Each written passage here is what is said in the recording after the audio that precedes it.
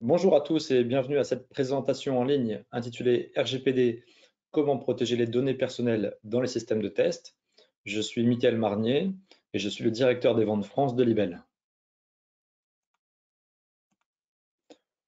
Au programme de cette session, nous allons reprendre le cadre de l'anonymisation et revoir ce qu'est l'anonymisation. Je vais ensuite vous présenter comment fonctionne Libel Data Masking, ses principes de fonctionnement. Ensuite, nous verrons techniquement comment la solution fonctionne. Nous verrons ensuite comment nous la mettons en œuvre chez nos clients et je terminerai par une présentation de l'interface ainsi qu'une session de questions-réponses.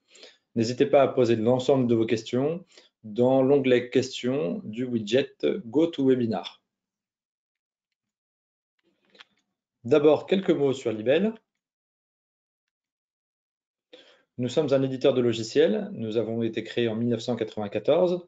Nous comptons aujourd'hui environ une centaine d'employés répartis entre 3 pays, l'Allemagne, la France et les États-Unis. L'Allemagne concentrant le plus gros de nos troupes, entre guillemets.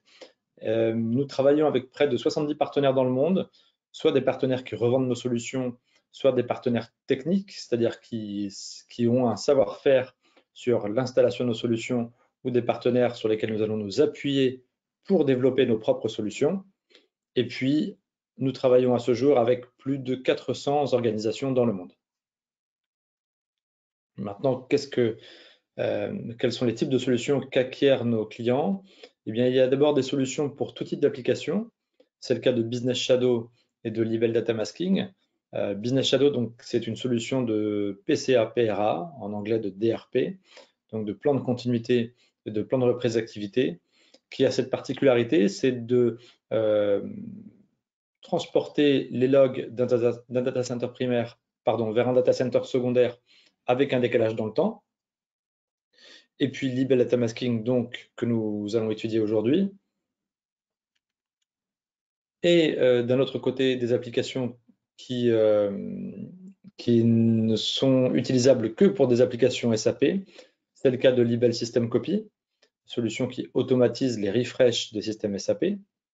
Et puis, ce qui est le cas de Sabmon et Daemon, qui sont deux solutions de supervision pour SAP. Nous proposons d'autres solutions pour SAP, notamment une solution qui permet de gérer les master data. Donc, n'hésitez pas à régulièrement vous connecter sur libel.com pour connaître les prochaines diffusions quant à toutes ces solutions. Je le disais tout à l'heure, plus de 400 clients dans le monde. Vous en avez ici un échantillon avec essentiellement des clients en France. Voyons maintenant le cadre de l'anonymisation. Donc notre solution, Libel Data Masking, c'est un logiciel qui va anonymiser les données dans les environnements hors production, c'est-à-dire tous ceux que l'on trouve ici en jaune, tout ce qui n'est pas la production en fait. Alors je vais émettre un delta, c'est que on est capable dans certains use cases d'utiliser la solution en production, hein. On peut le faire, cela étant, ce n'est pas le standard de notre solution, mais on peut adapter la solution pour qu'elle réponde à ces use cases en production, notamment archivage de données, droit à l'oubli. Ce type de problématiques sont des problématiques qu'on pourrait ou qu'on peut adresser pour les systèmes de production. Mais je vais vous présenter ici le cadre principal pour lequel nous avons designé cette solution, c'est le cadre hors production. Pour qu'une donnée devienne anonyme, on souhaite respecter deux piliers principaux en termes de conservation de propriété de la donnée. Le premier critère, c'est la conservation du critère réaliste de la donnée. Ça veut dire que je vais remplacer un prénom par un autre prénom. La même chose pour une adresse, la même chose pour un numéro de carte de crédit. Et deuxième aspect, la solution va faire en sorte que ces données soient cohérentes, quelle que soit l'application. Donc, si on a modifié Henri en Elsa pour une application ERP, si on trouve un prénom Henri dans une autre application, il faut que l'anonymisation soit la même. En termes légaux et réglementaires, eh bien, notre solution respecte à la fois le RGPD et la loi informatique et liberté française, tout simplement parce que notre solution, en anonymisant, coupe le lien entre la donnée d'origine et la nouvelle donnée. Donc c'est exactement ce que demande le RGPD dans sa raison 26 et ce que demande de manière un peu plus précise la loi informatique dans ces trois contraintes d'individualisation, de corrélation et d'inférence. Donc nous, on coupe, et on verra comment on coupe le lien entre la nouvelle donnée et la donnée d'origine. Donc on respecte bien les enjeux, enfin les contraintes posées par le RGPD, et la loi informatique et liberté. Maintenant, voyons comment fonctionne la solution. Il va y avoir trois grandes étapes: renseigner, associer et exécuter ou lancer l'anonymisation. Pour ce qui est de renseigner, il faut donner des informations à l'email data masking quant aux tables et aux champs que nous souhaitons anonymiser. Une fois que ces champs et ces tables auront été identifiés, on va pouvoir les associer à des règles standards que nous avons créées dans l'email data masking. Et une fois que cette association aura été réalisée, eh bien, on va pouvoir lancer le processus d'anonymisation. En amont, on peut effectuer une opération complémentaire pour les systèmes SAP, c'est la partie de détection, puisqu'on est capable de lancer comme un moteur de recherche qui va détecter les données sensibles dans les environnements SAP. Voyons maintenant comment on génère la nouvelle donnée. Eh bien, c'est assez simple. On peut puiser les nouvelles données dans trois sources, entre guillemets, puisque deux sont des sources réelles, la table de référence, les données de l'entreprise, et la troisième est un calcul. Pour la table de référence, il s'agit là de tables donc, que nous mettons à disposition dans l'email data masking afin que le client puisse facilement remplacer des prénoms par d'autres prénoms standards, des adresses par d'autres adresses standards pour un pays donné. Donc là, on vous fournit ces tables de référence par pays ou par région du monde et vous pouvez puiser dedans. Ensuite, deuxième source, c'est effectivement les données de l'entreprise elle-même. On peut très bien rejouer les données de l'entreprise, c'est-à-dire les jouer en aléatoire, de façon à aboutir à une donnée anonymisée. Et enfin, effectivement, on va pouvoir calculer une nouvelle donnée. Par exemple, on va pouvoir calculer un nouveau numéro de sécurité sociale ou encore calculer un numéro de carte bancaire. Ensuite, le principe est simple. Lorsqu'on a bien identifié ces sources de nouvelles données, l'administrateur système va entrer une clé alphanumérique dans la solution. C'est cette clé alphanumérique unique qui va générer une correspondance ou un calcul unique entre la donnée d'origine et la nouvelle donnée. Et lorsque cette correspondance aura été créée, on va pouvoir anonymiser les données. Voyons maintenant à quoi correspond justement cette mise en correspondance. J'ai ici à gauche de l'écran une table d'origine. Sur cette table d'origine, j'ai trois champs. Un champ numéro d'employé unique, un champ prénom, un champ nom. La solution va instaurer un numéro de comptage par ligne. De l'autre côté, à droite de l'écran, j'ai des tables de référence, plusieurs tables de référence, avec par exemple des chiffres, juste pour schématiser, hein, des prénoms dont je vous parlais tout à l'heure, ce serait la table de référence prénom pour un pays, par exemple la France, et puis une table avec des noms de famille. Là également, la solution en rose a créé un numéro de comptage. L'administrateur entre une clé, ici 1, 2, 3, X, Y, Z. C'est cette clé qui va générer une correspondance. Elle va associer la ligne 1 d'origine à la ligne B de référence et du coup, toutes les données correspondantes vont être changées selon ce mode-là. Ce qui fait qu'on va aboutir au résultat suivant. Le numéro d'employé unique qui auparavant était 10, effectivement, il reprend le B, donc il prend le quadruple 02 qui va venir ici. Le prénom, c'était Nicolas pour le 1 et il passe en B, donc ça va être Ahmed, qu'on retrouve ici, et la même chose pour le nom de famille.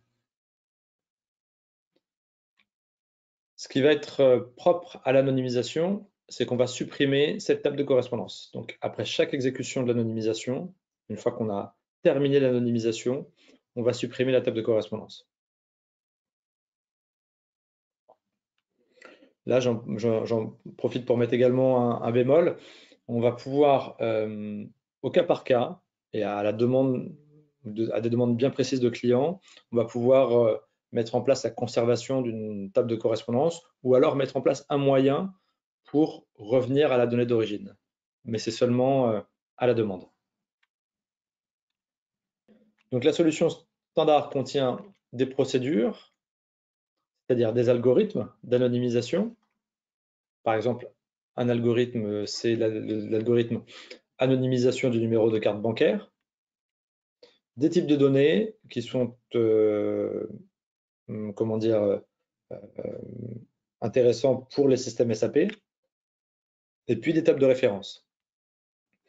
Ce qui est intéressant avec Libel Data Masking, c'est que vous allez pouvoir personnaliser ce standard. C'est-à-dire que vous allez pouvoir créer vos propres règles d'anonymisation et où vous allez pouvoir créer de nouveaux types de données. Voyons maintenant techniquement comment nous opérons l'anonymisation. D'abord d'un point de vue base de données. D'un point de vue base de données, on peut identifier deux schémas. Premier schéma, c'est le schéma le plus classique, je dirais. On copie nos données de production vers le système de qualité. Donc, on a vraiment des données de production là, qui se retrouvent en qualité. On fait ce qu'on appelle un rafraîchissement de système de qualité. Et après ce rafraîchissement, on va opérer l'anonymisation avec Libel Data Masking. Bien sûr, il est rare qu'on anonymise l'ensemble des champs de toutes les tables qui ont été copiées. On va sélectionner les tables qu'on souhaite anonymiser. Autre cas de figure, donc deuxième cas de figure, c'est celui d'une copie de la production isolée qu'on appelle, alors que certains appellent golden copy. C'est une copie 1 pour 1 de la production. Eh bien, ce qu'on peut faire, c'est tout à fait anonymiser sur cette copie de la production, qu'on appelle ici prod bis. Et une fois que cette copie aura été faite, on va anonymiser sur cette prod bis et ensuite simplement copier les champs dont on a besoin et sur les environnements hors production, sur les autres environnements hors production. Dans les deux cas, vous aurez remarqué qu'on ne propose pas d'anonymisation à la volée. On le fait bien une fois que la donnée a déjà atterri, entre guillemets, sur le système cible. Maintenant, si on entre plus dans le détail, comment la solution s'y prend pour anonymiser la donnée? Eh bien, elle va s'y prendre en 3 étapes. Elle va d'abord opérer une sélection du champ, qu'on appelle get ou fetch en anglais. Ça, c'est la première étape. Ensuite, deuxième étape, in memory, la solution va anonymiser la donnée sur ces champs qui ont été copiés, entre guillemets. Donc, on est bien là sur des opérations in memory qui se font dans la mémoire de la solution. Et une fois que cette anonymisation aura été menée, on va remplacer la donnée d'origine par la nouvelle donnée. Donc, c'est l'étape de substitution. Vous l'aurez compris, notre solution remplace bien les données sur la couche base de données. On est loin d'une solution d'anonymisation qui ne s'occuperait que de l'interface. Nous, on est sur plusieurs couches en dessous et c'est là qu'on opère le changement. Pour ce qui est des grandes tables, c'est-à-dire les tables qui font plusieurs dizaines de millions de lignes, eh bien, on a créé un moyen pour optimiser l'anonymisation de ces grandes tables. La solution va partitionner les champs en plusieurs morceaux. Elle va tout simplement anonymiser les champs, les partitions, en parallèle. Alors bien sûr, on ne pourra pas mener 50 000 threads en parallèle, ça va dépendre des performances machines, mais on peut réaliser 2, 3, 4, 5 threads en parallèle, de manière ensuite à remplacer la donnée sur le champ d'origine.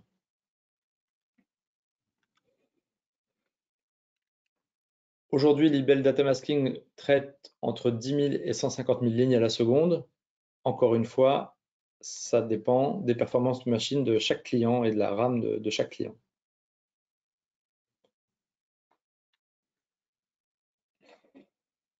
Nous voyons maintenant le cas des champs à index unique. Simplement pour vous dire qu'on Libel Data Masking sait les traiter et qu'il y a effectivement un ensemble de travaux préparatoires à mener pour que Libel Data Masking puisse bien recréer un champ à index unique anonyme. Donc on a toute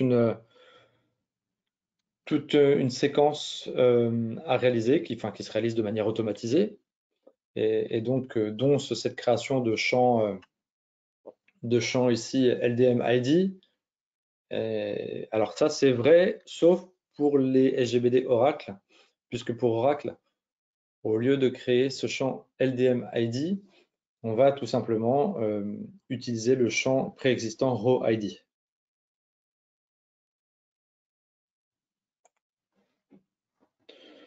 En termes d'architecture, eh bien l'architecture est assez légère puisque, prenons le cas ici d'un seul système, on va installer l'agent Libel Data Masking sur le système cible, donc qui doit être anonymisé. Et donc ce dont on a besoin, c'est de créer une communication TCP/IP entre l'agent Libel Data Masking et la base de données qui doit être anonymisée ou le fichier plat qui doit être anonymisé. Cet agent sera relié à une interface que je vais vous présenter tout à l'heure, donc qui s'appelle le GUI, GUI, Libel Data Masking. Alors là, c'est dans le plus simple des cas. Ah pardon, effectivement, deuxième possibilité, si vous ne souhaitez pas installer l'agent sur le serveur cible, aucun souci, on peut très bien installer cet agent sur un autre serveur. Du moment qu'on a la communication d'un côté avec la base à anonymiser et de l'autre côté avec le GUI, aucun souci. Pour ce qui est des environnements à système multiples et hétérogènes, on va là encore une fois avoir un agent Libel Data Masking qui va être installé sur l'un des serveurs ou alors sur un serveur tiers. Et l'idée, c'est qu'on n'ait qu'un seul agent qui communique avec l'ensemble des systèmes. Peu importe la base, peu importe le fichier plat. Alors, peu importe la base, peu importe les fichiers plats, ça m'amène justement à la matrice de disponibilité de notre solution. Cette solution est disponible pour les bases Oracle, Microsoft, DB2, SAP HANA, donc toutes les bases SAP et PostgreSQL notamment. Cette solution est également capable d'adresser d'autres bases via des connecteurs, que ce soit ODBC ou JDBC. La solution peut également anonymiser des fichiers plats à partir du moment où ceux-ci sont structurés, notamment les fichiers CSV, XML et JSON. Si vous avez d'autres fichiers plats anonymisés, n'hésitez pas à m'en faire part et puis on regarderait en interne si on est capable de les anonymiser. En termes de mise en œuvre, très généralement, on commence par un POC d'anonymisation pour lequel on vous propose de tester la solution sur 2 bases de données. Donc pendant ce POC, on va installer, configurer, exécuter l'anonymisation et analyser les résultats.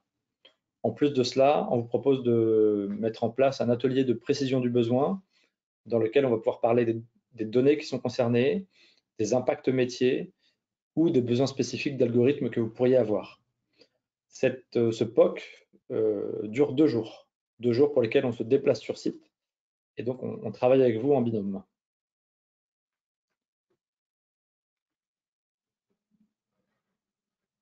Ensuite, si le POC vous a convaincu et si vous souhaitez avancer, eh bien, on va donc installer avec vous et configurer la solution, puis l'exécuter une première fois. Ce qui est intéressant, c'est la stabilité de la solution, puisque l'installation et la configuration ne sont à faire qu'une seule fois. Puis, lorsqu'il y a un changement sur la couche base de données ou à tout changement d'exigence de la part du client, donc une fois que c'est installé, une fois que c'est bien paramétré, bien configuré, il n'y a effectivement plus qu'à cliquer sur un bouton. Et c'est ce que je vais vous présenter tout de suite en vous montrant l'interface. En synthèse, vous aurez sans doute compris que Libel Data Masking se pose comme une réponse au RGPD au moins sur la partie hors production, éventuellement à la marge pour des use cases type archivage de données en production ou autre. C'est un outil performant qui effectivement peut anonymiser jusqu'à 9 millions de lignes à la minute et nos performances vont croissantes.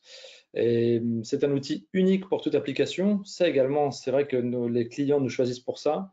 Bien souvent, on travaille avec des groupes qui ont des applications hétérogènes, c'est-à-dire des applications maison, du SAP, une autre application pour le CRM, etc. Et donc là, ils peuvent utiliser une seule solution pour l'ensemble de leur paysage, pour tout leur paysage. C'est une solution qui vous fournit une sécurité forte puisqu'on anonymise dès la couche base de données. Et enfin, et c'est ce que j'ai essayé de vous montrer avec cette démonstration, eh bien, nous proposons un outil simple d'utilisation. Pas besoin d'être un administrateur chevronné pour utiliser cette solution. On peut également la faire gérer, entre guillemets, par une personne qui serait débutante.